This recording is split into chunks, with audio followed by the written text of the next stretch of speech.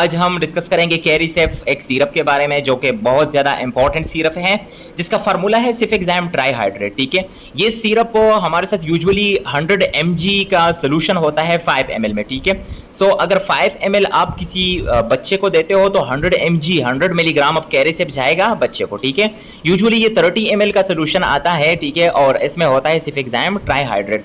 अब आप सबको पता है कि सिफेक्साम ट्राईहाइड्रेट क्या है। सिफेक्साम ट्राईहाइड्रेट जो है ये एक एंटीबायोटिक है जी। ठीक है, जो कि पेनिसिलिन ग्रुप से ताल्लुक रखता है। ठीक है, अगर हम इनकी इंडिकेशन के बारे में बात कर ले तो बहुत ही ज़्यादा इंपॉर्टेंट एंटीबायोटिक है, क्योंकि ये ब्रोंकाइटिस हो गया, रिस्पिरेटरी इन्फेक्शंस हो गए, जितनी भी हमारे साथ टॉन्सिलाइटिस हो गया, जितनी भी रिस्पिरेटरी इन्फेक्शंस है उन सब में ये यूज़ होता है और हम ये बच्चों को प्रिस्क्राइब करते हैं। अगर इनकी डोजेज के बारे में मैं बात कर लूँ तो अगर 1 से 4 साल का बच्चा है तो उस बच्चे को हम 1 टीस्पून देते हैं, जो चाय की चम्मच आती है 1 ही देते हैं पर डे। ठीक है, अगर थोड़ा सा बड़ा बच्चा हो 5 to 9 ईयर्स का तो फिर उसको हम 2 टीस्पून देते हैं पर डे। ठीक है, और अगर बच्चा और भी बड़ा हो 10 से 12 साल का हो तो फिर उसको हम देते हैं 3 टीस्पून वंस अ डे। ठीक है, और ये जो मेडिसिन है ये यूजुअली उन्हीं शिकायत में देते हैं जब किसी बच्चे को बहुत ज़्यादा गला ख़राब हो उसका, और गले में टांसल्स हो या गले में किसी और परेशानी या कोई और तकलीफ हो, कोई और जख्म हो, तो उसके लिए ये हम देते हैं। क्योंकि ये क्या करती है, ये बैक्टीरिया के सेल वॉल को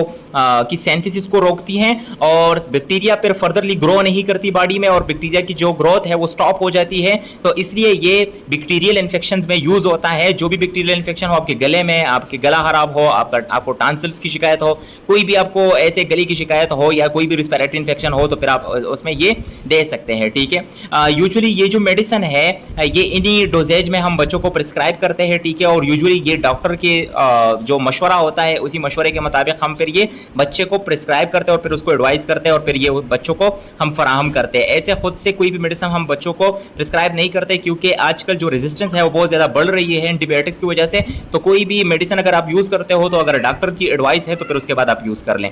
आई होप कि आप लोगों को कैरीसेफ के बारे में पता चल गया हो। ठीक है, और ये वीडियो आपके लिए मुफीद साबित हो। Thank you so much, watch the video, like the video, subscribe the channel and share the video.